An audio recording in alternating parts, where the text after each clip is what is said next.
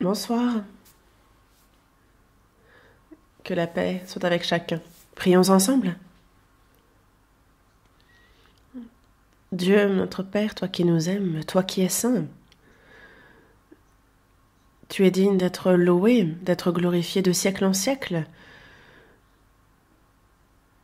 Tu nous as sauvés de nos péchés. Tu nous as donné un héritage glorieux qui ne se peut ni corrompre, ni souiller, ni flétrir. Tu nous permets de vivre dans l'espérance et séparés de ce monde corrompu, dévasté. Et tu nous permets de vivre toujours par ta parole, par laquelle tu nous nourris, tu nous élèves. Et c'est au milieu de ton Église sainte que tu nous fortifies. Merci. C'est par ta grâce, Seigneur, que tu nous as sauvés. Et tu nous permets de faire ta volonté sainte. Tu nous transformes chaque jour et tu nous fais te ressembler toujours davantage à voir tes sentiments, Seigneur. Tu nous transformes.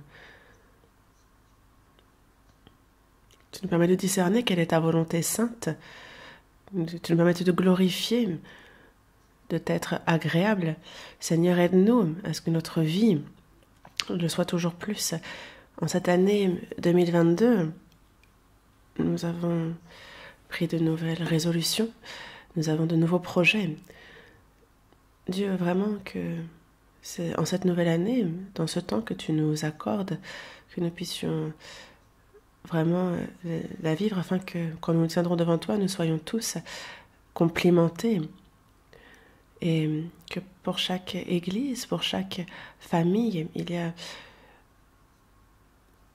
que tous des projets s'accomplissent dans ta volonté sainte et que par ta puissance, Dieu, ce soit cette puissance que l'on expérimente dans notre vie et que chaque jour, il y a ceux qui sont... Il y a les tentations, mais que nous surmontions les tentations du diable, les tentations de ce monde, et que chaque jour nous soyons vainqueurs. Sois notre aide pour cela. Il y a aussi... Tu nous as ordonné, Seigneur, il y a cet ordre que tu nous donnes de prêcher ton évangile jusqu'aux extrémités de la terre. Qu'on puisse le faire avec joie, qu'on y soit obéissant et que l'on vive en te glorifiant, c'est notre souhait ardent. Et cette semaine, dans toute la Corée, dans plus de 90 églises, est prévu un séminaire cette semaine, la semaine suivante et celle qui suit encore. Beaucoup d'églises préparent des séminaires. Il y a toutes ces âmes égarées. Seigneur, tu nous les as confiées. Et que le temps soit favorable ou non, tu nous as dit de témoigner de ton évangile, et afin qu'ils puissent aussi recevoir la vie que nous-mêmes nous avons reçue. Et nous souhaitons être utilisés par toi, Seigneur, pour cette heure.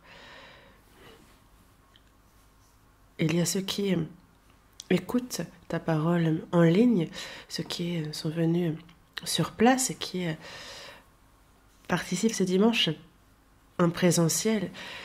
Seigneur, selon la foi, la mesure de foi de chacun, selon la situation de chacun, accorde la grâce dont chacun a besoin, permet de comprendre ce qu'il y a à comprendre et que ce que l'on comprend puisse y être obéissant et que tu sois glorifié par chacun.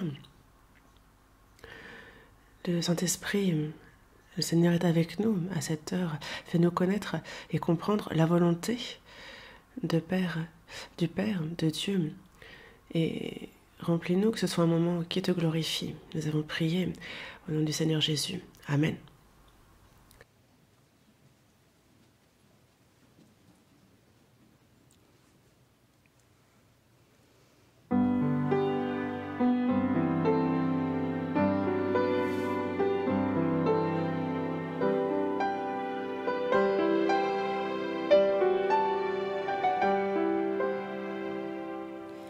주 안에 있는 나에게 딴 근심이 있으랴 십자가 밑에 나가 내 짐을 풀었네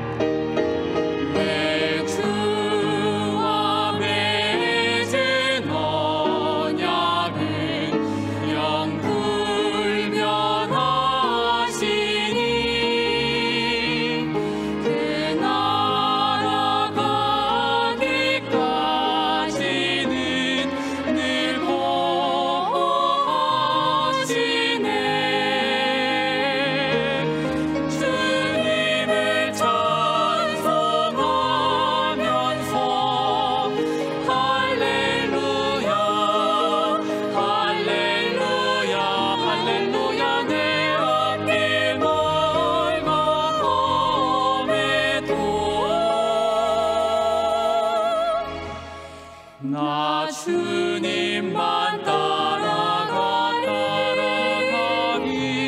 나 주님만 따라가리 나 주님만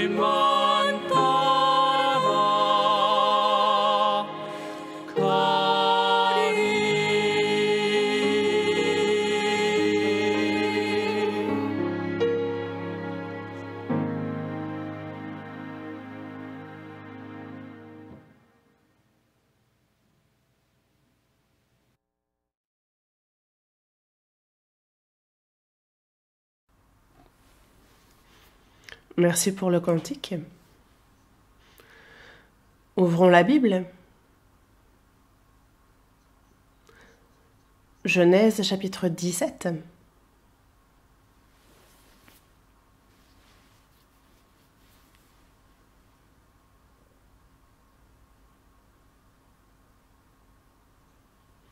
Du verset 1, je vais lire. Lorsqu'Abraham fut âgé de 99 ans, l'Éternel apparut à Abraham et lui dit : Je suis le Dieu Tout-Puissant. Marche devant ma face et sois intègre. J'établirai mon alliance entre moi et toi, et je te multiplierai à l'infini. Abraham tomba sur sa face, et Dieu lui parla en disant : Voici mon alliance que je fais avec toi. Tu deviendras père d'une multitude de nations. On ne t'appellera plus Abraham, mais ton nom sera Abraham, car je te rends père d'une multitude de nations. Je te rendrai fécond à l'infini, je ferai de toi des nations, et des rois sortiront de toi.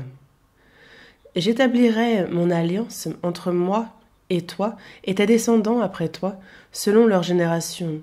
Ce sera une alliance perpétuelle, en vertu de laquelle je serai ton Dieu, et celui de ta postérité après toi.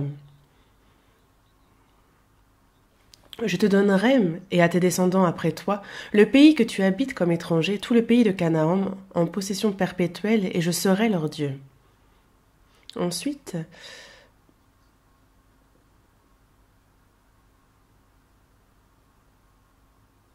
verset 23.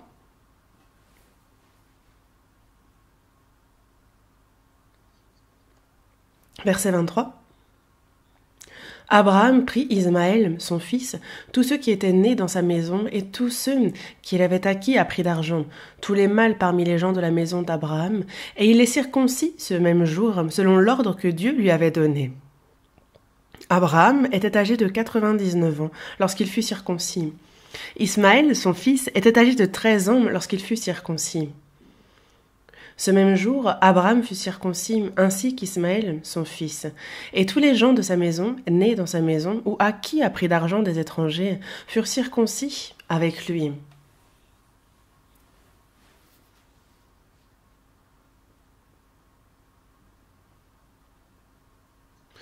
Aujourd'hui, c'est ce chapitre de la Genèse, ce chapitre 17. À travers ce chapitre, nous allons essayer de recevoir l'enseignement que Dieu veut nous donner. On est déjà... Aujourd'hui, on est le 16, donc ça fait donc déjà 2 semaines depuis cette nouvelle année 2022. À travers la parole de la retraite d'hiver, chacun a pour sa part devant Dieu à prier, prévu, planifier des choses dans la prière. Et je pense que jusqu'à présent, ça se tient. Cette année, je lirai la Bible en entier plusieurs fois, chaque jour, à une heure fixée. Par habitude, je vais prier pour telle et telle personne.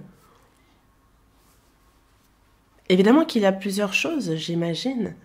Bon, cette année, j'évangéliserai au moins une personne. Je guiderai au moins une personne devant le Seigneur afin de porter un fruit dans l'évangélisation. Cette année 2022, avec la pandémie de la Covid-19, on a été restreint dans beaucoup d'aspects de notre vie. Mais la parole de l'Évangile, elle, n'est pas liée. Et on voit que cet évangile est prêché largement à beaucoup de personnes, malgré la situation. Et c'est pour ça que il y a ce que Dieu accorde, les différentes situations dans lesquelles on se trouve, et toutes les réunions officielles à l'église, toutes. J'y participerai, je laverai les pieds des uns des autres, je me nourrirai de la parole, et je serai là où je dois être absolument, là où il faut que je sois à tel et tel moment. Et je pense que justement chacun a pris ses propres résolutions, et on ne sait pas quand est-ce que cette peste, cette pandémie internationale prendra fin. Notre vie a beaucoup changé. Venir à l'église, apprendre la parole, faire le service, communier avec les frères et sœurs. Et désormais, en fait, sans se préoccuper de l'heure qu'il est, c'est sans forcément... c'est dans le confort, on peut écouter avec un téléphone, avec un ordinateur, on est dans le confort et on peut écouter la parole où on veut. Et on n'a jamais connu une telle époque. Et notre corps s'y est habitué. C'est pour ça que notre chair cherche... Justement, en fait, on l'a fait grandir dans le confort et dans ce qui est plus pratique. Mais justement, on voit l'apôtre Paul qui dit que lui, il a vraiment servi Dieu, il a aimé Dieu, il a prêché l'évangile, non pas dans le confort, parce que sinon ça rend la vie de foi très compliquée. En fait, ça nous nuit dans notre vie de foi. Et dans notre vie, il y a beaucoup d'aspects qui sont certes liés, mais malgré ces aspects, on fait notre maximum pour être assidus au temple, pour se réunir, pour d'ailleurs être toujours plus éveillés, même plus éveillés qu'avant la Covid, car il y a cette mission que Dieu nous a confiée. Et je pense qu'il faut qu'on se donne à fond pour cette œuvre. Et justement, nous ne savons pas quand est-ce que le Seigneur va revenir, mais il reviendra comme un voleur. Et nous, pour nous préparer à ce jour, il faut que l'on soit toujours, que l'on veille davantage, que l'on s'approche de la parole et que l'on rende grâce pour cette parole que Dieu nous donne et qu'on vive une vie d'obéissance à cette parole. Aujourd'hui, en fait, le passage principal de ce sermon, c'est donc le chapitre 17 de la Genèse, du verset 1, verset 8, puis du verset 23 au verset 27. Et j'aimerais vous parler de cette alliance perpétuelle, des signes de cette alliance perpétuelle. Évidemment que Dieu adresse cette alliance perpétuelle, le signe, à Abraham au départ, et ce à travers la circoncision. Et la circoncision est le signe que le peuple d'Israël est le peuple de Dieu, le signe que nous sommes sauvés. Évidemment que dans l'Ancien Testament, le peuple d'Israël était le peuple élu, le peuple de Dieu, et c'est pour ça que pour les séparer des étrangers et montrer qu'ils sont vraiment le peuple de Dieu, tout homme devait donc porter ce signe. Il devait être... Même s'il n'était pas de souche d'Israël, mais par affiliation, en fait, tous devaient être circoncis. Et donc, il fallait que tout le monde porte ce signe. En fait, ça, c'est une ombre des choses à venir. Ce signe porté sur le corps. Donc, c'était donc ce signe de l'alliance perpétuelle.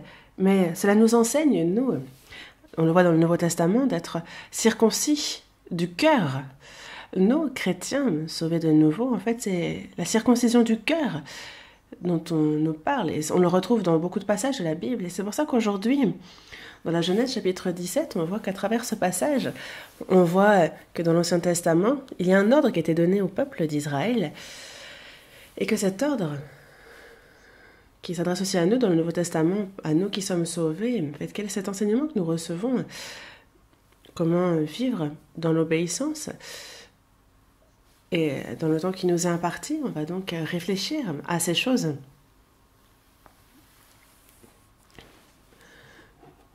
Et donc, 24 ans après qu'il quitte Ur, on voit que Abraham ne savait pas où aller, mais il est allé dans la terre désignée par Dieu. C'est une foi remarquable. Alors que son père, Terah lui-même, justement servait des idoles, il servait lui-même des idoles. Il était donc au cœur d'une nation qui servait les idoles, mais il a été appelé par Dieu à être l'ancêtre de la foi. Il est parti sans savoir où il allait, mais c'est sur la parole qu'il s'est appuyé pour partir. Et donc cette terre promise, la terre de Canaan, il y est arrivé, et Dieu lui dit, dans la Genèse, chapitre 12, 13, 14, 15, constamment, ce qui se répète, c'est cette alliance. Évidemment que c'est l'alliance de Dieu. Toutes les familles de la terre seront bénies en toi. C'est par ta descendance que toutes les familles de la terre seront bénies. Non pas seulement le peuple d'Israël, mais tous les descendants d'Adam, tous les habitants de cette terre, tous seront bénis en toi. C'est l'alliance, la promesse qui a été faite. Évidemment que Jésus-Christ aussi, qui descend, qui est vraiment du sang d'Abraham, on nous parle aussi de sa mort, de sa résurrection, et du fait que c'est par la repentance et par la foi en sa mort et sa résurrection que on reçoit la bénédiction spirituelle. C'est donc la promesse de cette alliance spirituelle. C'est une alliance. Mais cette alliance n'est pas du tout une alliance où il faut que les hommes absolument tiennent leur part du contrat pour que Dieu accomplisse sa part. Non, c'est une promesse que Dieu a faite à sens unique avec les hommes. Et Dieu, lui, de son côté, tient toujours ses promesses. Et c'est de cette promesse-là, de cette alliance dont il parle à Abraham. Abraham quitte Ur en Chaldée, et ça fait donc 24 ans, et lui qui est l'ancêtre de la foi, lui qui crut Dieu, même lui a vraiment cette faiblesse, il est vraiment imparfait, il a cette nature pécheresse d'Adam aussi. Et on lui dit qu'il aura aussi autant d'enfants qu'il y a d'étoiles dans le ciel, et il y a cru, et ça lui fut imputé à justice. Comme c'est dans la Genèse, chapitre 16. Et nous n'avons pas été justifiés par quelque chose que nous aurions fait. C'est Dieu qui, justement, justifie lorsque l'on croit à ses promesses. Et c'est ça qu'il impute à justice. Et c'est ce qu'il a clairement dit à Abraham. Et c'est parce qu'il a cru que ça lui fut imputé à justice, qu'il fut juste. Et nous aussi, la parole nous a été donnée. Nous l'écoutons, nous sommes sauvés et justifiés par elle. Nous sommes donc descendants spirituellement d'Abraham. Nous ne sommes pas dans la chair, mais nous sommes descendants d'Abraham spirituellement. Et Abraham, lui aussi, pourtant lui qui est l'ancêtre de la foi, lui aussi avait aussi des iniquités, il avait aussi des faiblesses charnelles. Il avait un fils qui lui est né. On lui a parlé d'un enfant qui serait l'enfant de l'alliance, mais par incrédulité à travers Sarai, à travers Agar, la servante, il a donc un fils qui s'appelle Ismaël. Et il a pensé qu'Ismaël serait l'héritier de tous ses biens. Et c'est pour ça que Agar, Sarai et Abraham, donc cette famille connaît un grand malheur, justement il y a des conflits au sein de la famille, et on voit donc Abraham qui en vient à chasser Agar, et il a ensuite un fils, Isaac, avec Sarah. Et en fait, mais cette incrédulité a engendré beaucoup de difficultés, et Dieu 13 ans après la naissance d'Ismaël, dans Genèse chapitre 16, on voit justement qu'il y a donc Ismaël qui naît de la relation avec Agar. Mais on le voit ensuite, on voit que Dieu, durant 13 ans, est silencieux.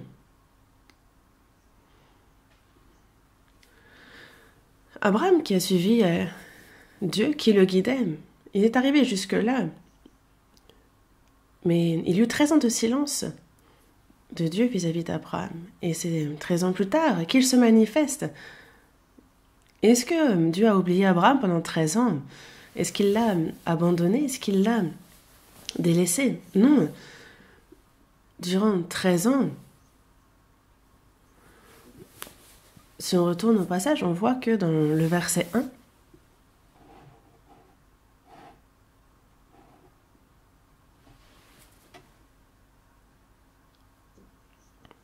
Genèse chapitre 17, verset 1, lorsqu'Abraham fut âgé de 99 ans, l'Éternel apparut à Abraham et lui dit, « Je suis le Dieu Tout-Puissant, marche devant ma face et sois intègre. »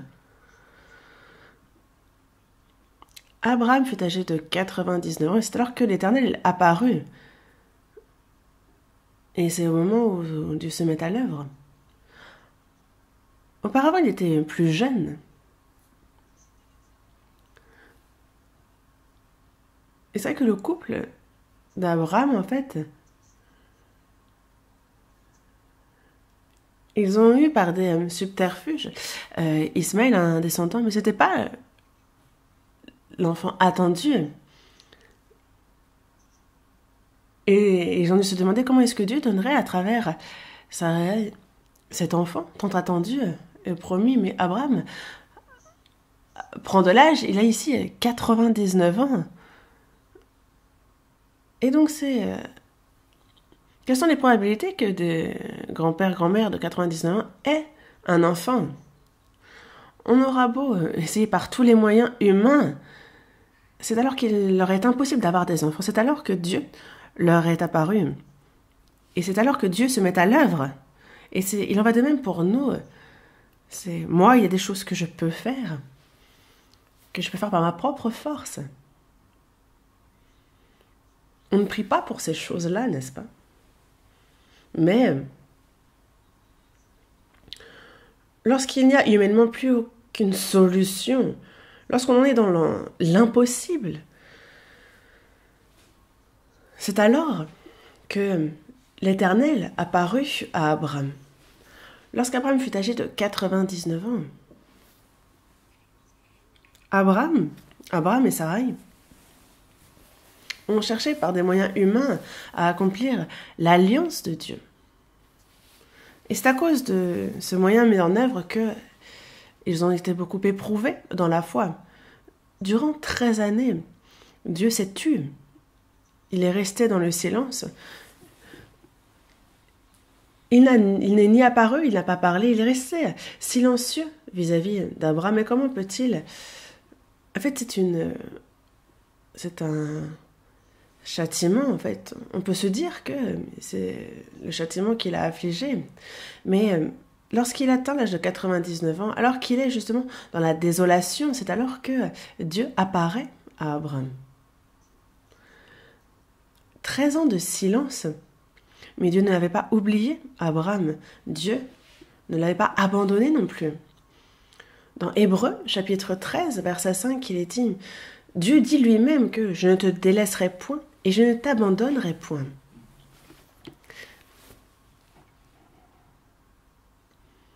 Les enfants de Dieu, le peuple de Dieu, lorsqu'ils sont dans les difficultés, quand on est dans telle épreuve, dans telle situation, on se dit « Mais Dieu ne le voit-il pas?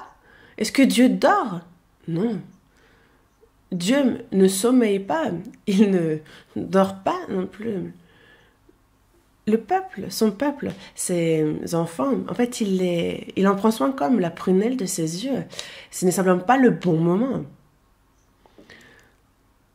C'est quand moi je me dis, je ne peux pas. C'est quand on s'approche toujours de manière plus intime vers Dieu. Il attend ce moment. Et c'est à ce moment-là que Dieu se manifeste. Et alors, il dit, « Je suis le Dieu tout-puissant ». En hébreu, El Shaddai. El Shaddai, donc le Dieu tout-puissant, celui qui a créé les cieux, la terre, l'univers, le Dieu créateur, lui qui fit toute créature, lui qui justement gère toute sa création, lui qui donne la vie, ce Dieu, lui qui redonne vie à l'esprit qui est mort, lui qui concernant le pécheur voué à la destruction, qui le fait passer de la mort à la vie, qui le fait passer de l'enfer au royaume des cieux, ce qui est d'ailleurs impossible à l'homme, lui qui, du néant, nous, en fait, peu importe combien la science s'est développée, on ne peut pas, à partir du néant, créer une nouvelle cellule. Ça nous est impossible. Mais Dieu, le Créateur, ça c'est de son domaine. Redonner vie à un mort, un pécheur qui est voué à l'enfer, le justifier, l'emmener dans le royaume des cieux. Est-ce que c'est possible à l'homme? Ça lui est complètement impossible. Et c'est ce que Dieu peut faire. C'est lui qui est le Dieu tout-puissant. Marc, chapitre 10. Marc, chapitre 10.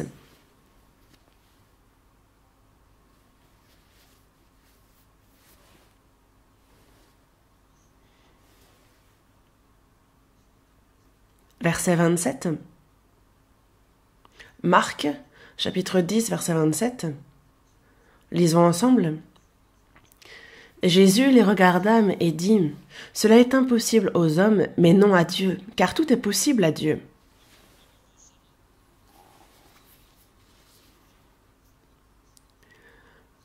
Il y a beaucoup de choses que l'homme peut faire, mais il y a ce qui est impossible à l'homme. J'en parlais, la création. Créer, et par exemple, gérer et aussi maintenir toute la création de l'univers, sauver à des âmes, redonner la vie, ça c'est impossible à l'homme. Et pourquoi Jésus a-t-il dit un tel verset? C'est qu'il y avait un jeune riche qui est venu le voir, et il dit, « Que dois-je faire de bon pour avoir la vie éternelle ?» Et il dit, « Que dit la loi ?» Et donc il récite la loi, et il lui dit, « Va, et fais de même. » Il dit, « J'ai fait tout ça depuis que je suis jeune. » Il dit, « Non, va, vends ce que tu possèdes, puis viens et suis-moi. » Mais il est dit que le jeune homme s'en alla tout triste. Dans Matthieu chapitre 19, et c'est ce qui est écrit aussi dans Marc chapitre 10, il est parti, il s'en alla. Et Jésus dit à ses disciples, « Un riche entrera difficilement dans le royaume des cieux. » Au contraire, il est plus facile à un chameau de passer par le trou d'une aiguille qu'à un riche d'entrer dans le royaume de Dieu. Il dit que c'était un riche entrera difficilement dans le royaume des cieux. Et il donne, alors, qui peut donc être sauvé? Il est bien dit des disciples quand on entend ça, ils furent très étonnés. Qui peut donc être sauvé? Si c'est si compliqué d'être sauvé, qui peut être sauvé alors? Et qu'a dit Jésus à ce moment-là? Aux hommes, cela est impossible, mais à Dieu, tout est possible. Il n'y a rien qui lui soit impossible. Sauver une âme qui se meurt, aller au paradis, ce n'est pas quelque chose de possible à l'homme, mais c'est différent pour Dieu. Dieu, pour lui, tout est possible. C'est un Dieu tout-puissant. El Shaddai, Almighty God, c'est vraiment un Dieu tout-puissant. Lui qui peut tout faire. Et nous vivons en ayant ce Dieu tout-puissant pour Père. Dieu qui est le maître de toute la création, c'est notre Père. Il est riche.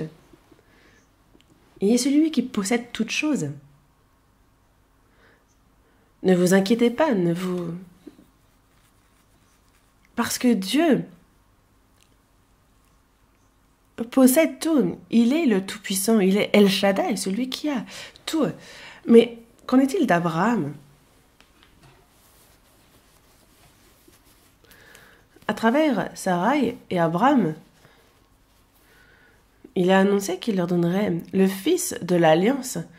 Mais le temps a passé, et ils n'ont toujours pas d'enfant. Ils ont entendu la promesse, l'alliance de Dieu, mais c'est momentanément qu'ils ont fait preuve d'incrédulité et que ce sont par des moyens humains qu'ils ont voulu mettre au monde un enfant. Et cela a entraîné un silence de Dieu de 13 années. Et il apparaît ensuite, quand justement la personne ne peut plus patienter. Il s'est manifesté à Abraham lui disant « Je suis le Dieu Tout-Puissant » et il lui dit « Marche devant ma face et sois intègre ». C'est donc devant la face de Dieu. On retourne à la Genèse chapitre 17. Genèse chapitre 17.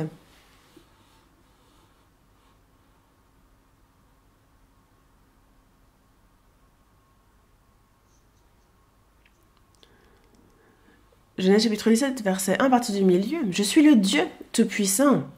Marche devant ma face et sois intègre. » Je suis le Dieu Tout-Puissant. C'est lui qui parle. Et donc c'est ce Dieu-là qui s'adresse à Abraham et qui dit « Je suis le Dieu Tout-Puissant. Je suis. » En termes simples, c'est comme Moïse face au buisson ardent lorsque Dieu se manifeste à lui. Il dit « Je suis l'Éternel. » Le Dieu d'Abraham, d'Isaac et de Jacob. C'est ce qu'il a dit à Moïse, n'est-ce pas? Mais à Abraham, à Isaac et à Jacob, Dieu, plutôt que l'Éternel, il se présente comme étant le Dieu tout-puissant. Il a préféré, il a souhaité utiliser ce terme-là. Je suis le Dieu tout-puissant, celui à qui rien n'est impossible. Pourquoi? Abraham, qui est l'ancêtre de la foi, il y avait une foi absolue en Dieu. C'est afin que justement il ait cette foi-là, une foi absolue dans le sens où rien ne lui serait impossible à partir du moment où il croit en Dieu, à qui tout est possible. Et c'est pour ça que ces versets-là, en fait, on retrouve beaucoup de ces versets dans la Bible. Dans la Genèse, chapitre 35, verset 11 aussi, on voit que le peuple d'Israël élu par Dieu, donc au départ, il y a donc ses ancêtres, Abraham, Isaac, Jacob. Et il parle justement de la toute-puissance de Dieu. On va voir dans la Genèse, chapitre 35, verset 11. Genèse, chapitre 35, le verset 11.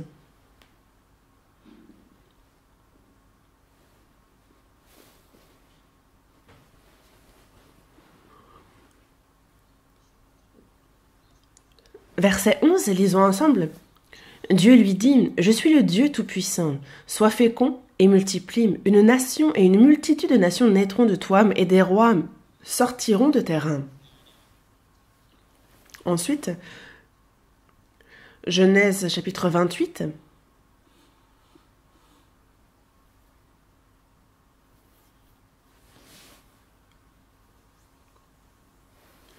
Genèse chapitre 28, verset 3. On lit ensemble encore. « Que le Dieu Tout-Puissant te bénisse, te rende fécond et te multiplie, afin que tu deviennes une multitude de peuples. » Sois fécond et multiplie. On nous parle de donner la vie. Et c'est quelque chose d'impossible à l'homme, qu'il ne peut imiter. C'est ce que Dieu fait.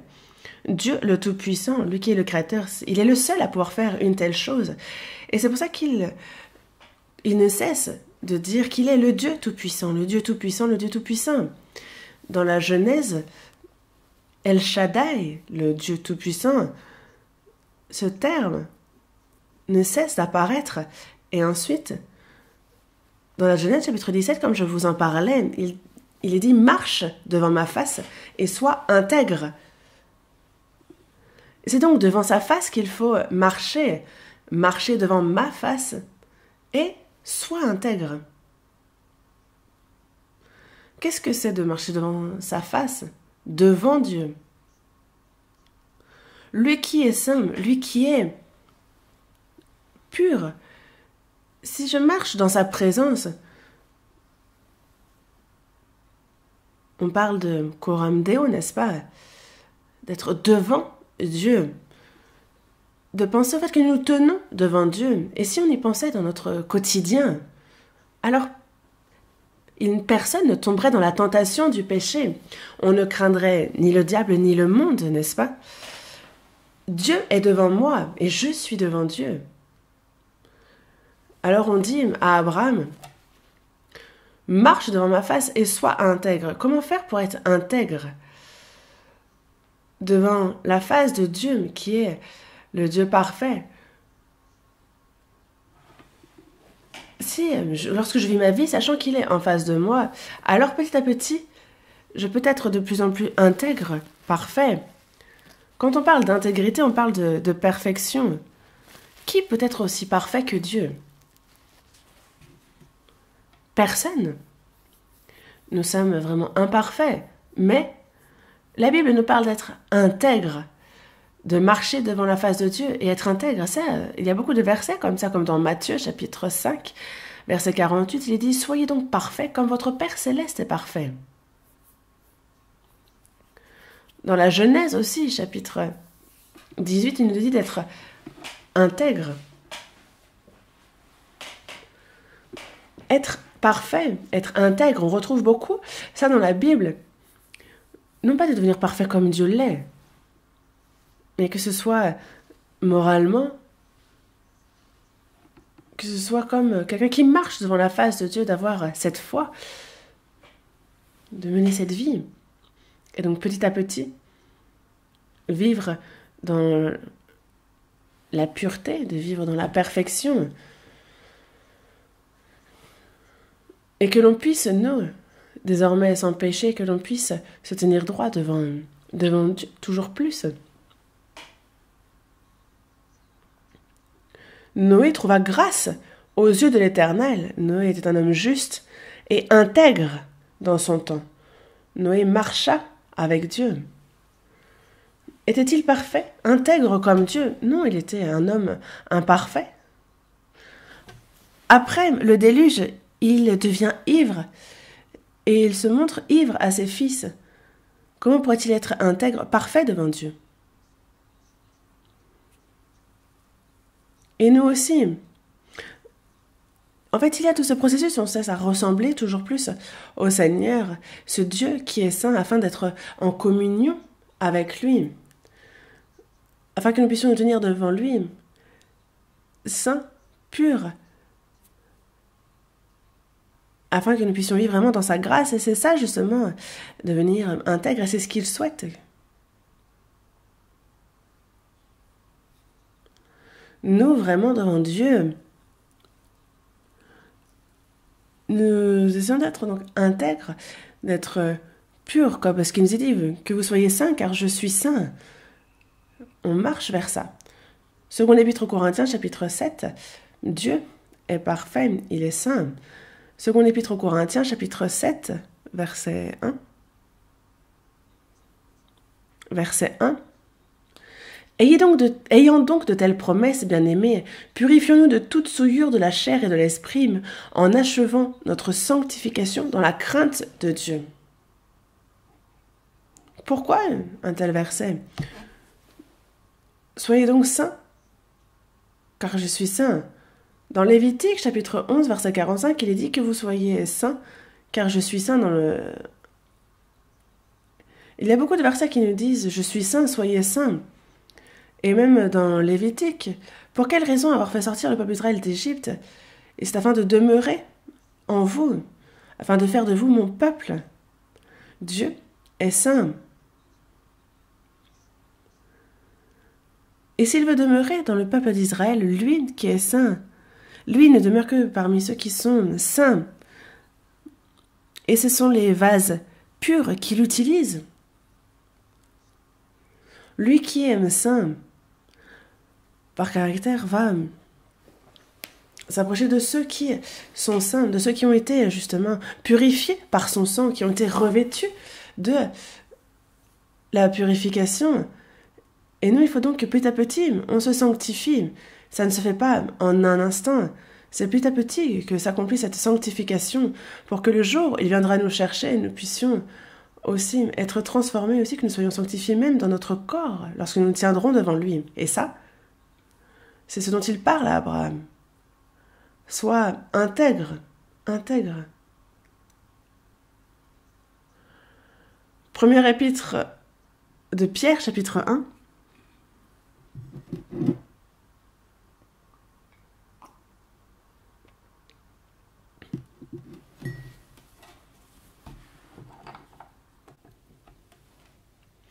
Première épître de Pierre, chapitre 1, versets 15 et 16, on lit ensemble.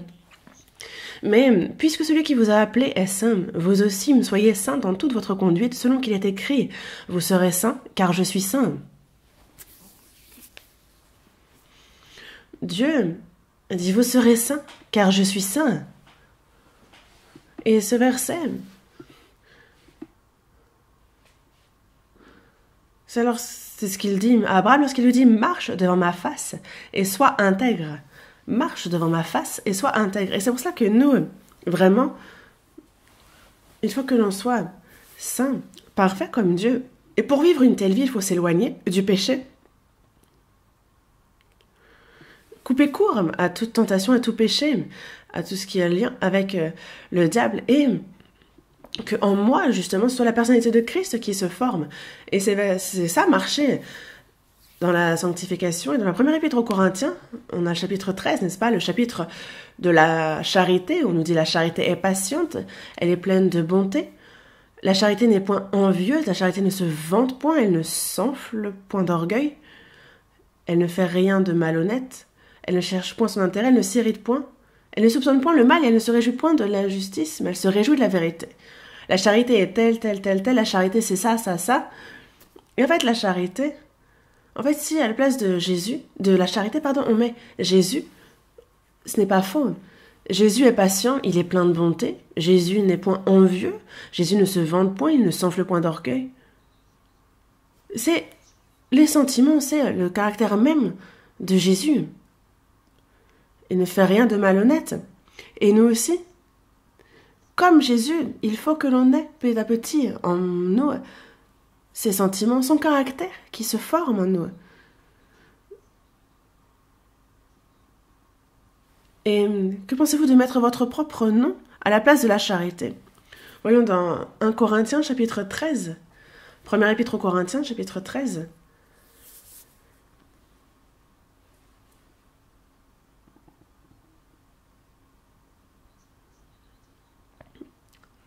On pourrait mettre notre nom à la place de la charité, mais ça prend plus de temps. Je vais juste dire moi. Moi, je. Donc à la place de la charité, on va dire je et non pas notre prénom. On va lire jusqu'au verset 7, du verset 4 au verset 7, en remplaçant la charité par je. On va lire ainsi. Je suis patient, je suis plein de bonté, je ne suis point envieuse, je ne me vante point, je ne m'enfle point d'orgueil, je ne fais rien de malhonnête, je ne cherche point mon intérêt, je ne m'irrite point, je ne soupçonne point le mal. Je ne me réjouis point de l'injustice, mais je me réjouis de la vérité. J'excuse tout, je crois tout, j'espère tout, et je supporte tout.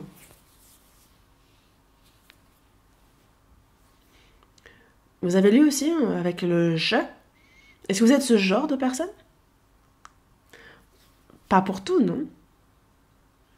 Abraham aussi n'était pas parfait, et c'est pour cela que Dieu lui dit « Marche devant ma face et sois intègre ».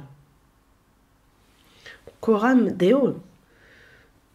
Justement, cette prise de conscience de l'existence, de la présence de Dieu à chaque instant, de le sentir, d'en être conscient à chaque instant que je suis devant Dieu, qu'il est devant moi.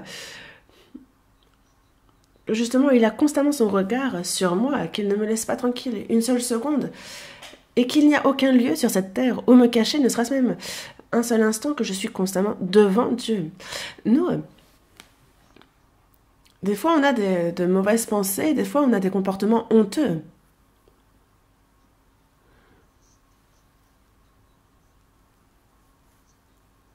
Mais si on avait ce coram Deo dans notre tête, si on avait cette conscience, cette prise de conscience de la présence constante de Dieu, alors on se dirait oh, mais à quoi est-ce que je pense? Oh, Et toi, un tel, qu'est-ce que tu es en train de faire? À quoi tu es en train de penser? Alors vraiment, si on se tenait avec cette prise de conscience de la présence constante de Dieu, ça nous aiderait dans nos efforts. Et en nous, il y a ces sentiments de Christ qui pourraient nous remplir. Et si c'est vraiment ce qu'on souhaite, en fait. Et on pourrait, si Dieu nous demandait de nous dire, ben, tu sais très bien ce que je suis en train de faire. Imaginons que dans la pensée, nous sommes en train d'envier, nous sommes en train d'haïr quelqu'un d'autre.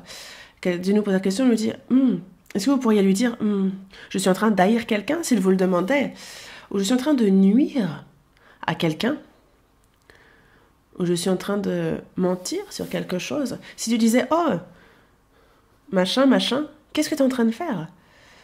Ah, moi je suis en train de voler le bien de quelqu'un. Est-ce que c'est ce que vous pourriez répondre? Non. Il nous a dit, marche devant ma face et sois intègre. Before me, donc devant ma face, sois intègre. Et ce n'est pas seulement à Abraham qu'il s'adresse, mais à tous les chrétiens sauvés. Marche devant ma face et sois intègre. C'est marche devant ma face, devant la face de Dieu, et sois intègre. Il faut qu'on garde ça en tête à chaque instant. Car si l'on vit avec cette prise de conscience de la présence constante de Dieu, alors, dans notre vie, vraiment, ça marquera une différence. Et quand nous tiendrons devant lui, il nous complimentera et nous dira « Bon et fidèle serviteur, tu as été fidèle en toutes choses. » Voyons dans la Genèse, chapitre 17, chapitre 17, verset 2. « Et j'établirai mon alliance entre moi et toi, et je te multiplierai à l'infini. » Abraham tomba sur sa face et Dieu lui parla en disant « Voici mon alliance que je fais avec toi. » Dans le verset 2, si on lit du verset 2 au verset 8, on voit, il dit « Voici mon alliance. » C'est mon alliance, moi, mon alliance. Versets 5, 6, 7, 8, en fait, toujours c'est je. Et c'est qui le je? C'est Dieu. Dieu qui fait une alliance avec Abraham dit c'est mon alliance, c'est moi qui établis cette alliance. Et ce n'est pas Abraham qui a gardé cette alliance. C'est Dieu qui l'établit, c'est Dieu qui préserve cette alliance. C'est lui qui le peut. Quels que soient les efforts fournis, quel que soit le moyen humain, c'est impossible à l'homme de l'accomplir. Mais Dieu a dit, moi, je vais le faire. Comment est-ce qu'un homme de 99 ans pourrait enfanter? Comment pourrait-il avoir un fils? C'est impossible. Et c'est pour ça qu'on dit que c'est le Dieu tout-puissant. Lui qui est le tout-puissant, c'est en lui qu'on croit. Et si l'on vit, si on marche devant sa face, alors vraiment on peut voir la puissance de Dieu, cette surprenante puissance se manifester comme il a dit qu'il manifesterait, qu'il ferait apparaître cette puissance à Abraham. Il n'est pas seulement le Dieu tout-puissant pour Abraham, il est aussi pour moi, pour vous, il est aussi pour nous, un Dieu tout-puissant. Et regardez toutes les promesses qu'il nous a faites. Il est apparu lui-même à Abraham, mais nous, c'est par la parole de la Bible qu'il a rédigée. C'est par cette parole qu'il nous donne toutes les promesses. Regardez toutes les promesses qu'il nous a faites. Et si moi, je ne tiens pas cette promesse, Dieu, lui, le fait. Et c'est afin que quiconque croit en lui ne périsse point, mais qu'il ait la vie éternelle. On croit, et désormais on va dans le royaume des cieux. C'est Dieu qui a tenu sa promesse. Ça, c'est une alliance perpétuelle aussi. Et cette alliance perpétuelle, quel en est le signe? Dans l'Ancien Testament, c'était la circoncision. On continue. Et quand on regarde dans ce passage, dans le verset 2, il dit « J'établirai mon alliance entre moi et toi, et je te multiplierai à l'infini. » À l'infini. Ça veut dire deux choses. Donc il y a déjà les descendants, vraiment la lignée charnelle d'Abraham. Donc il y a ce peuple qui descend de lui. Et c'est comme les Arabes, descendants d'Ismaël, ils sont aussi descendants physiques et d'Abraham. Je te multiplierai à l'infini. Mais ce n'est pas ce que ça veut seulement dire, c'est aussi la descendance spirituelle d'Abraham. Dans l'histoire de l'humanité, il y a tellement de personnes qui ont cru à Jésus, qui se sont repentis, qui ont reçu le salut et qui sont devenus le peuple de Dieu. Eux aussi sont la descendance d'Abraham. Il est dit multiplie. Je te multiplierai. Dans Genèse chapitre 1 verset 20, il est dit soyez féconds, multipliez, remplissez la terre et l'assujettissez. C'est aussi une alliance. C'est un ordre, une alliance. Soyez féconds, multipliez. Est-ce que c'est possible à l'homme? Et c'est pas parce que je veux un enfant que j'en ai un. Il faut que Dieu l'accorde.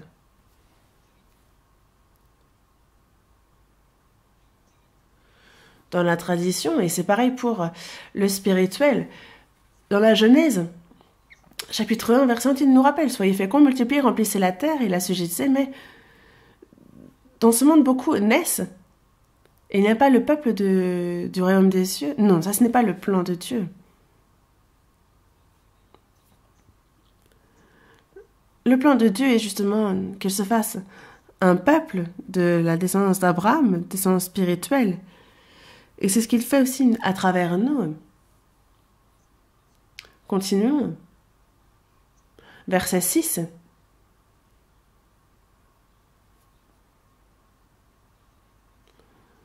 Et comme si dans le verset 2, il répète une fois, je te rendrai fécond à l'infini. Je ferai de toi des nations et des rois sortiront de toi. Et le peuple d'Israël, ça lui a été promis à travers Abraham. Lorsque ces versets sont prononcés, on voit que Abraham s'est vraiment prosterné. Et Dieu lui dit, je te rendrai fécond. Et on le voit dans le verset 3, encore Abraham tomba sur sa face et Dieu lui parla en disant, il lui reparle de cette alliance.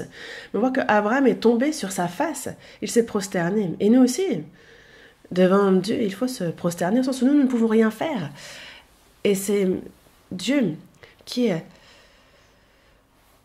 C'est vraiment l'attitude et la meilleure des attitudes que peut avoir le peuple de Dieu face à lui. Il nous a dit, je te rendrai donc fécond, mais il faut que ce soit lui qui soit honoré, qui soit glorifié. Abraham, désormais, ce n'est plus par des moyens humains. Il a abandonné tout cet aspect-là et c'est désormais... On le voit tomber sur sa face devant Dieu, mais il s'en remet à Dieu. Et Dieu lui rappelle constamment son alliance. Ensuite, dans le verset 8, je te donnerai, et à tes descendants après toi, le pays que tu habites comme étranger, tout le pays de Canaan, en possession perpétuelle, je serai leur Dieu. Et il le répète encore et encore de son alliance. Dans la Genèse chapitre 12, chapitre 13, chapitre 14, chapitre 15, dans le chapitre 17 aussi, il parle de cette terre, de ce pays qu'il donnera. Et justement, il y a tes descendants qui seront aussi nombreux que les étoiles dans le ciel, que ce soit spirituellement, que ce soit charnellement. Et même cette terre de Canaan que tu as sous tes yeux, cette terre-là aussi. Et ombre du royaume des cieux, dans les cieux. Et les chrétiens sauvés. On a de nombreuses promesses reçues aussi. La promesse du royaume des cieux, c'est cette alliance qui a été faite avec nous, une alliance perpétuelle. Et concernant cette alliance perpétuelle, quel en est le signe? C'est la circoncision, verset 9. Dieu dit à Abraham, toi, tu garderas mon alliance, toi et tes descendants après toi, selon leur régénération. C'est ici mon alliance que vous garderez entre moi et vous et ta postérité après toi, Tout mâle parmi vous sera circoncis. Vous vous circoncirez et ce sera un signe d'alliance entre moi et vous. On voit ici que désormais, Dieu a ordonné la circoncision. C'est un ordre que Dieu donne à Abraham, disant que c'est un signe d'alliance, cette alliance perpétuelle entre Dieu et Abraham.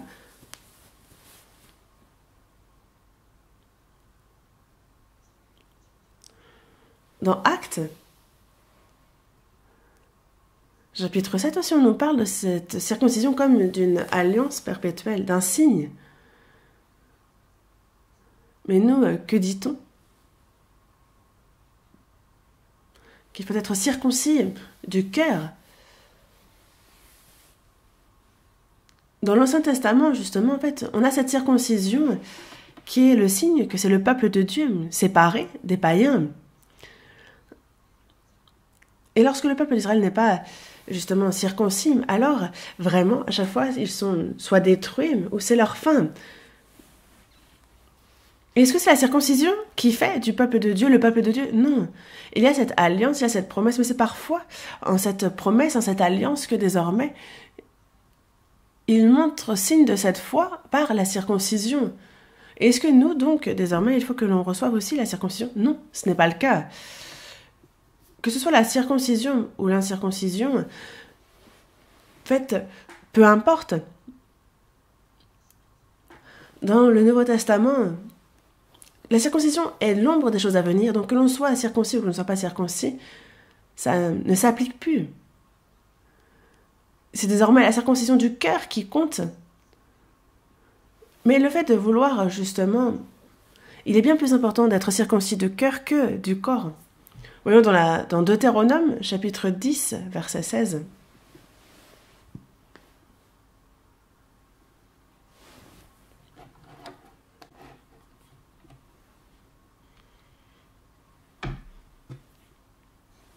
Deutéronome, chapitre 10, verset 16. On lit ensemble. « Vous circoncirez donc votre cœur, et vous ne roidirez plus votre cou. » On nous dit de circoncire notre cœur. C'est une question de circoncision du cœur. Lorsque Dieu ordonna à Abraham d'être circoncis, que ce soit les hommes, quels que soient les hommes, charnellement, dans sa maison ou spirituellement, tous soient circoncis le 8e jour. Mais on parle de la circoncision du cœur.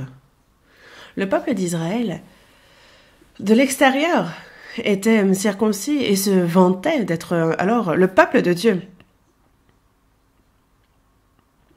Et ceux du peuple des Juifs à qui on a prêché l'évangile et qui ont reçu le salut, on leur parle du fait qu'il faut être circoncis de cœur et que c'est nécessaire pour être sauvé.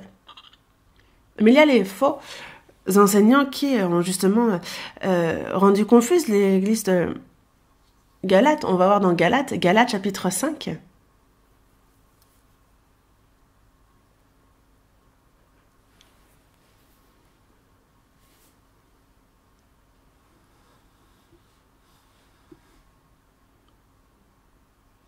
Galates chapitre 5 verset 6.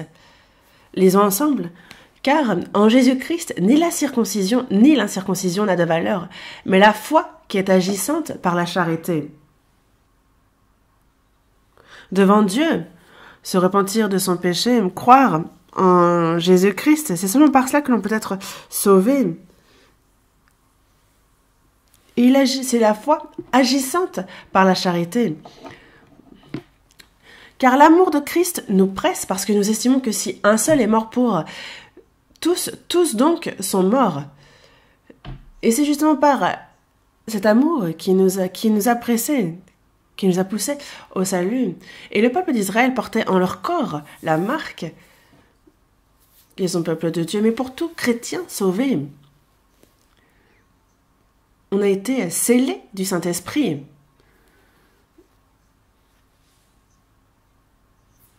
Le peuple d'Israël portait dans leur corps ce signe. Mais pour ce qui est de cette alliance perpétuelle pour nous, il n'y a rien qui se manifeste à l'extérieur. C'est caché. C'est une partie cachée. Et justement, c'était vraiment une partie du corps cachée que l'on coupe. Et Dieu, lui, manifeste il accomplit sa volonté. Et il n'y a désormais plus besoin d'être circoncis, mais il y a cette circoncision du cœur qui, elle, est nécessaire. Et on l'a vu dans Jérémie, chapitre 4, verset 4. Circoncisez-vous pour l'Éternel. Mais que l'on soit circoncis ou incirconcis, ça n'a plus de valeur. Est-ce qu'on est circoncis, est-ce qu'on ne l'est pas, c'est plus la question. Il y a désormais la foi qui est agissante par la charité, cette foi qui agit par la charité. Et une personne est ainsi circoncise dans le cœur. Mais les Juifs ne sont circoncis que physiquement, et ils prétendent être le peuple de Dieu ainsi. Mais ce n'est pas le cas. Les chrétiens qui, sauvés sur cette terre, s'ils sont sauvés, ils doivent être justement circoncis de cœur. Sommes-nous vraiment sauvés? Que se passe-t-il si on est sauvé? Il y en a des signes. Le peuple d'Israël avait la circoncision pour signe, les désignant comme peuple de Dieu. Et si moi je suis sauvé, quel en est le signe? Ça doit se voir. Dans le Nouveau Testament, c'est justement le baptême. Ce n'est pas la circoncision qui fait de nous le peuple de Dieu. C'est parce que nous sommes le peuple de Dieu que nous en portons le signe. Et c'est parce que nous sommes baptisés que ça nous sauve. Ce n'est pas le baptême qui nous sauve. C'est parce que nous sommes sauvés que nous nous baptisons pour proclamer aux autres que nous sommes morts avec Jésus sur la croix. Que j'ai été crucifié avec lui et que désormais ce n'est plus moi qui vis, c'est Christ qui vit en moi. Et que c'est donc que chaque jour, je meurs, chaque jour, j'assujettis mon corps. Donc j'atteste que c'est Christ qui vit en nous, que c'est Christ qui vit en moi et désormais je ne vis plus pour moi-même.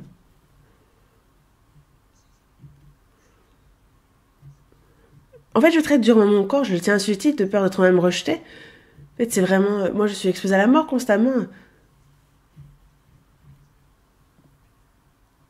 Je suis exposée à la mort chaque jour. Et c'est ça notre vie. On meurt chaque jour sur la croix. Ça, c'est la vie du chrétien. Mais moi, j'ai vraiment été scellée du Saint-Esprit. Je suis vraiment enfant de Dieu. Quel en est le signe? Dans l'Ancien Testament, c'était la circoncision. Désormais, c'en est le baptême.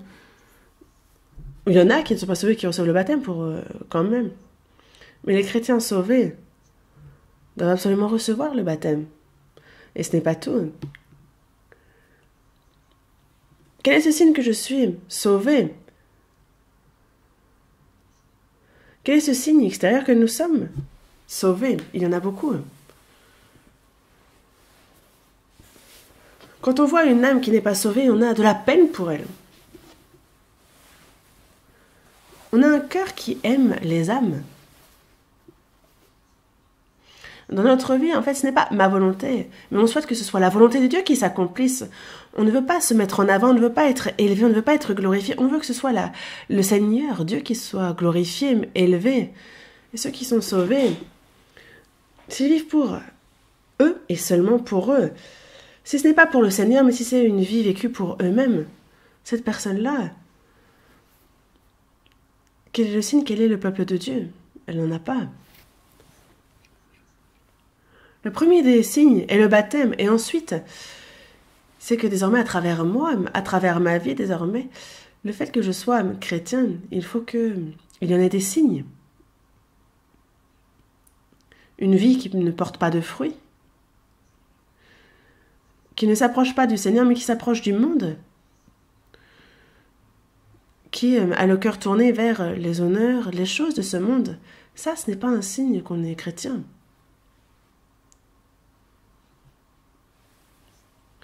Les chrétiens nés de nouveau doivent absolument avoir ces signes. Vous les reconnaîtrez à leurs fruits.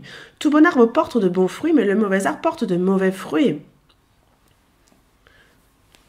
Vous les reconnaîtrez à leurs fruits. C'est ça, un signe aussi. C'est vraiment un signe extérieur. Je suis né de nouveau et jusqu'à présent, à quel point j'étais proche de la parole, à quel point je lui ai obéi. Jusqu'à maintenant, en fait, l'évangile m'a été prêché parce que quelqu'un s'est sacrifié, quelqu'un s'est donné à fond. Et moi, combien d'âmes ai-je conduit devant le Seigneur? Combien de fruits je porte dans l'évangélisation? Voyons dans Jean, chapitre 15, verset 8.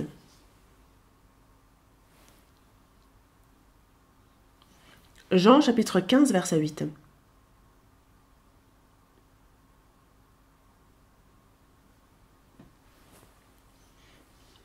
Chapitre 15, verset 8, lisons ensemble. « Si vous portez beaucoup de fruits, c'est ainsi que mon Père sera glorifié et que vous serez mes disciples. »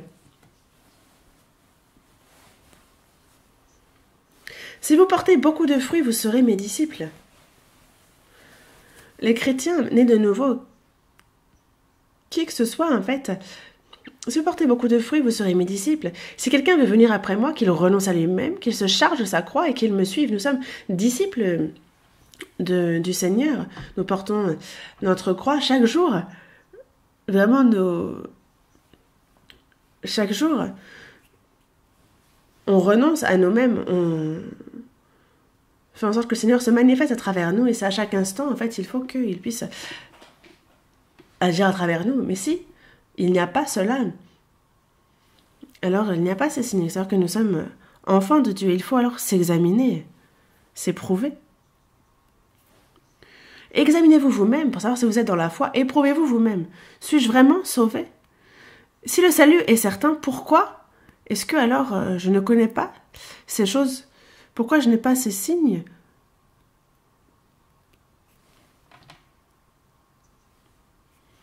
S'examiner pour que vraiment cette année, en tant que chrétien sauvé, en tant qu'enfant de Dieu, dans notre vie, on puisse vraiment manifester ces signes extérieurs, que les autres puissent les voir aussi.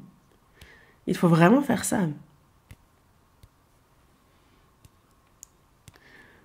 Abraham, qui a reçu l'ordre d'être circoncis, il ne s'est pas arrêté. Il n'a pas hésité. Pourquoi? C'est vraiment surprenant. Mais quand on regarde le passage principal de notre sermon aujourd'hui, quand il est circoncis, Abraham a 99 ans. C'est un an avant même qu'Isaac ne naisse. Et il est grand. C'est un papy. Et il est circoncis à cet âge-là. Et quand il est ainsi circoncis, en fait, ça fait véritablement très mal. Mais il supporte la douleur. Et il commence donc par lui-même. Et Ismaël avait 13 ans quand il est circoncis. Et c'est tous les hommes du camp, tous sans exception, qui sont circoncis. Même si ce n'est pas ses descendants, ceux de son sang, mais ce sont tous les esclaves, tous les serviteurs qu'il s'est achetés aussi à prix d'argent. Tous les hommes sont circoncis. Qu'est-ce qu'on entend par là? Lorsque Dieu a dit à Abraham d'être circoncis, peut-être que certains ont cherché à fuir la douleur, ont cherché à fuir cela, mais il a bien été dit que ce soit tous ceux qui sont dans sa maison, que tout homme soit justement circoncis, que tous portent ce signe. Mais il n'a pas hésité, ça ne lui a pas pris plusieurs jours. Quand est-ce qu'il l'a fait? Le Dieu Tout-Puissant est apparu, il lui a donné cet ordre et il l'a fait le jour même. Retournons au passage principal. Genèse, chapitre 17.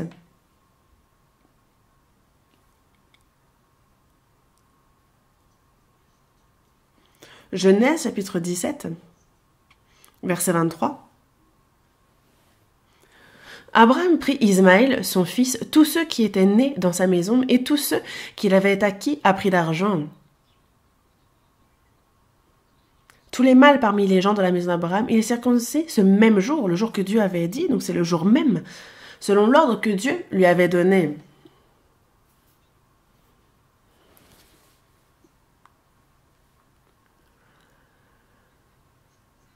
Il avait alors 99 ans.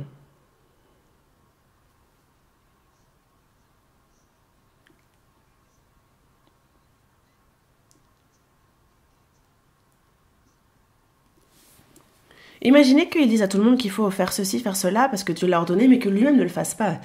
Que se passerait-il? Comment est-ce qu'il pourrait être trouvé intègre en faisant ainsi? Il faut qu'il montre l'exemple.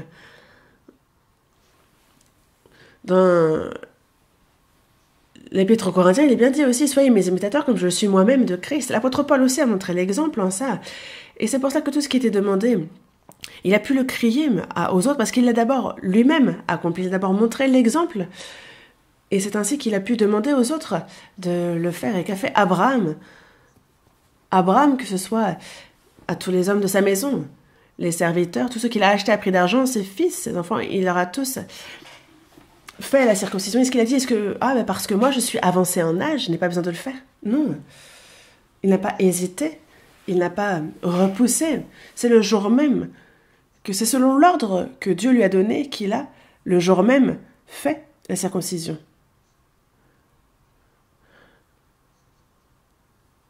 Abraham est âgé de 99 ans lorsqu'il fut circoncis. Donc il a pris Ismaël, son fils, tous ceux qui étaient nés dans sa maison, tous ceux qui avaient acquis à prix d'argent, tous les mâles parmi les gens de la maison d'Abraham, il les circoncis ce jour même, selon l'ordre que Dieu lui avait donné. Parce que sinon, ça s'arrêterait ici pour eux. Et il en va de même pour nous. Nous aussi, on demeure dans l'église, dans la communion, mais s'il y en a qui ne sont pas circoncis dans leur cœur, s'il y en a qui ne sont pas scellés de l'esprit, alors ça les sépare du peuple, d'Abraham, du peuple qui va dans les cieux. Parce que tous ceux qui disent Seigneur, Seigneur n'entreront pas dans le royaume de Dieu, mais ce sont ceux qui font la volonté du Père. Et il y a ceux qui vont venir et qui vont dire « Oh, mais moi, j'ai chassé des démons, j'ai prophétisé en ton nom, j'ai fait ceci, cela. » Mais il dit « Retirez-vous, vous qui commettez l'iniquité. » On a ces chrétiens qui ne le sont qu'en apparence, qui ne le sont pas réellement. Pourquoi? Parce qu'ils n'ont pas eu la circoncision dans leur cœur et ils ne sont pas scellés de l'esprit. Alors que Dieu regarde notre cœur et il le sonde. Et c'est pour ça que cette circoncision est l'image. Et c'est pour ça que lorsqu'on fait la circoncision, en fait, on fait cette opération discrètement, à l'abri des regards. Et on se demande, pourquoi est-ce que les femmes ne le font pas? Parce que l'homme est le chef de la femme. Même si les femmes ne le font pas, dans l'homme est compris la femme. Quand on parle de l'homme, ça comprend la femme. Après que tous les mâles du peuple d'Israël soient circoncis, certainement qu'elles ont justement vu cette circoncision, les autres ne doivent pas le remarquer. Mais justement, la femme a dû se dire « Ah, c'est le signe que je suis peuple de Dieu. » Et donc il faut vivre désormais comme il se doit en tant que peuple de Dieu. C'est certainement ce qu'a fait le peuple d'Israël, mais le temps passe, et le peuple d'Israël. Et non plus que cette circoncision, mais dans leur cœur, ils ne sont plus circoncis. Et ils rejettent. Ils rejettent Jésus, ils n'écoutent plus les prophètes. Et justement, ils sont maudits. Et donc, ce n'est pas la circoncision du corps qui est important. Mais c'est ce qui compte, justement, c'est cette circoncision du cœur. Mais alors, Abraham, c'est tous les mâles de sa maison. Comment les a-t-il convaincus? Comment a-t-il fait en sorte qu'ils soient tous circoncis? Comment a-t-il pu? Il a fait de tous des enfants de la maison de Dieu. Et ici, on voit que c'est bien en ce jour-là, c'est ce même jour, selon l'ordre que Dieu lui avait donné, il a obéi immédiatement. Et cette obéissance immédiate d'Abraham, qu'est-ce qu'on peut en retirer? Qu'est-ce qu'on peut en apprendre? Dans Luc, chapitre 14, on voit justement en fait un maître qui dit à ses seigneurs d'aller partout. Et en fait, certains sont invités, mais ils vont tous trouver des excuses. Moi, je viens de me marier, moi j'ai acheté un champ, moi j'ai un bœuf, blablabla. Et lorsqu'Abraham a entendu justement l'ordre qui lui vient de Dieu, alors il a fait tout de suite en sorte, il n'a pas hésité à faire en sorte que tous soient circoncis, à faire de tous le peuple d'Israël, à tous les convaincre. Alors nous, qu'est-ce qu'on doit faire? Il y a ceux qui ne sont pas encore scellés de l'esprit, ceux qui ne sont pas encore circoncis de leur cœur, qui ne sont pas du peuple de Dieu, mais qui sont sous l'emprise du diable, qui sont ennemis de Dieu. Comment devons-nous faire? On doit les convaincre, comme l'a fait Abraham.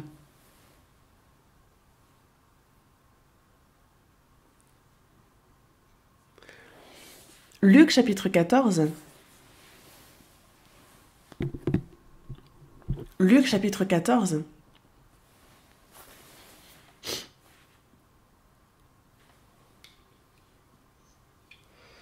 À partir du verset 22. Luc chapitre 14, à partir du verset 22. Versets 22 et 23, on lit ensemble. Le serviteur dit, « Maître, ce que tu as ordonné a été fait, et il y a encore de la place. » Et le maître dit au serviteur, « Va dans les chemins et le long des haies, et ce que tu trouveras, contrains-les d'entrer, afin que ma maison soit remplie. » Contrains-les d'entrer, convaincs-les d'entrer. Dans une semaine, en fait, on a l'église centrale aussi.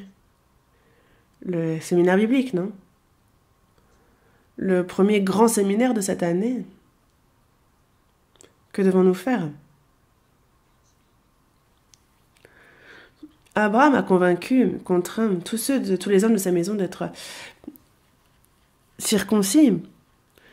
Et nous aussi, il faut contraindre, convaincre et faire que cette maison soit remplie de nombreuses âmes. Ceux qui vivent sans une vie qui n'a rien à voir avec Dieu. Faire qu'ils puissent être, c'est de l'esprit qu'ils puissent être circoncis de cœur. Il faut les convaincre, les contraindre. Ceux qui on a cette chair, on a cette nature que nous avons reçue d'Adam. Et si on suit ça, personne ne sera là. Depuis le ventre de notre mère, on tourne le dos à Dieu. On s'est éloigné de Dieu dès le ventre de la mère. Et dès qu'on sort du ventre de la mère, on prend une route tordue. Et nous, on fait en sorte qu'ils écoutent la parole de Dieu, quels que soient les moyens.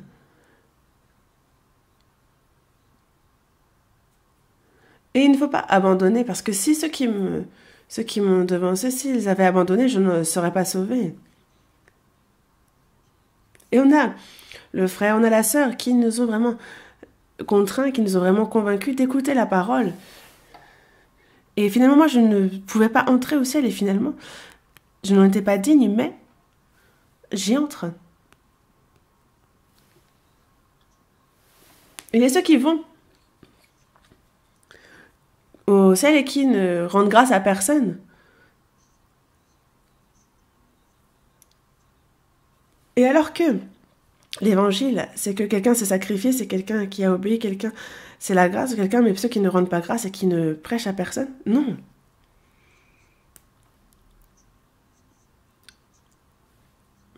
Nous serons justement, comme il est dit dans la seconde épître aux Corinthiens, en fait, tous, on doit comparaître devant le tribunal de Christ, et on devra chacun rendre selon le bien ou le mal qu'on aura fait dans notre corps. Le bien ou le mal, ça c'est le tribunal de Christ réservé aux chrétiens.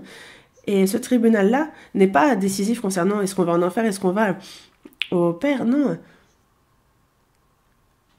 Le tribunal de Christ, c'est un peu comme aux Jeux Olympiques, quand après le marathon, il y a le podium, il y a désormais, c'est ceux qui sont arrivés jusqu'au bout, en fait, c'est là où on donne les récompenses. C'est ça, ce tribunal de Christ. Après notre salut, on se traînera devant Christ et devant ce tribunal où seront attribuées les récompenses, où justement on recevra chacun selon le bien ou le mal qu'on aura fait dans notre vie, selon les âmes qu'on aura guidées devant Dieu, combien on aura insisté. Aller par... Justement, il est bien dit d'aller et de rassembler tous ceux qui sont dans les carrefours. Dans Marc chapitre 16, verset 15, il est dit d'aller par tout le monde et de prêcher la bonne nouvelle à toute la création. Et il faut qu'on travaille, non? Je suis scellé de l'esprit, je suis circoncis de cœur. Désormais, j'entre dans le royaume des cieux et je vivrai éternellement avec Dieu. Ça, c'est une alliance perpétuelle de Dieu. Et ceux qui ont reçu ce salut, qui ont reçu cette alliance perpétuelle, nous sommes vraiment bénis, nous sommes vraiment enfants de Dieu. Mais quel en est le signe? Dans l'Ancien Testament, c'est la circoncision. Dans le Nouveau Testament, les chrétiens sauvés après le salut, désormais, qu'ils vivent ou qu'ils meurent, ils veulent vivre pour le Seigneur. Il y a donc ce baptême où on proclame comment on va vivre pour les âmes, pour les frères et sœurs. Et dans notre vie, ensuite, je suis chrétien, je suis enfant de Dieu. Et il faut que ces signes constamment se manifestent aussi dans notre vie. Aimer les âmes, porter du fruit en guidant les âmes à la parole, le fruit de l'esprit, le fruit de l'évangélisation. Mais une personne qui est certes sauvée, mais qui ne porte aucun signe dans sa vie. Ça posera problème quand cette personne se tiendra devant le Seigneur. C'est pas qu'elle aille en enfer, mais on ne peut pas connaître cette honte. Et cette année, justement, donc cette année 2022, est un cadeau de Dieu. Et parmi nous, certains vont peut-être rejoindre le Seigneur cette année. Mais pendant que nous vivons sur cette terre, à chaque instant, c'est un présent, c'est un cadeau, une grâce de Dieu. Et cette occasion de vie que Dieu nous donne, vers quoi je vais l'investir? Et ça, c'est vraiment une question très importante, car nous serons jugés en fonction de ce qu'on en fait. Et j'aimerais qu'aucun ne regrette. Prions. Dieu, notre Père, toi qui es saint, miséricordieux, toi qui nous aimes, tu nous as sauvés de nos péchés. Et c'est dans la même foi, la même espérance, que nous puissions vivre les uns pour les autres, sans tromperie, et que nous soyons unis pour ton œuvre sainte, que nous puissions y participer ensemble. Merci pour cette occasion que tu nous donnes. Dans l'Ancien Testament, à Abraham, ancêtre de la foi, tu as ordonné qu'il soit circoncis comme signe de sa foi. Et pour nous, au Nouveau Testament, nous n'avons plus besoin d'être circoncis, mais désormais, en tant que chrétiens sauvés, que nous vivions, que nous mourions, que l'on fasse tout pour ta gloire, pour toi, car moi, je suis mort désormais, je reviens à la vie en toi. Et tu as ordonné le baptême, et nous l'avons reçu. Et dans notre vie, nous sommes vraiment enfants de Dieu. Sommes-nous vraiment chrétiens, sauvés, que ça se manifeste dans notre vie, et que parmi nous, toute personne, lorsqu'elle se tiendra devant toi, Seigneur, qu'elle puisse être glorifiée, qu'elle puisse être complimentée d'avoir été un bon et fidèle serviteur, et que ce soit, et nous souhaitons tous avoir un bon compte-rendu nous concernant. Et il y a le séminaire, le grand séminaire biblique à l'église centrale la semaine prochaine, que de nombreuses âmes soient guidées à toi, qu'elles soient sauvées et que tu en sois glorifié, et que ce soit une grande joie pour chacun d'entre nous et que ce soit ainsi un séminaire précieux. Aide-nous, Seigneur, pour cela et guide-nous. Nous avons prié au nom du Seigneur Jésus. Amen.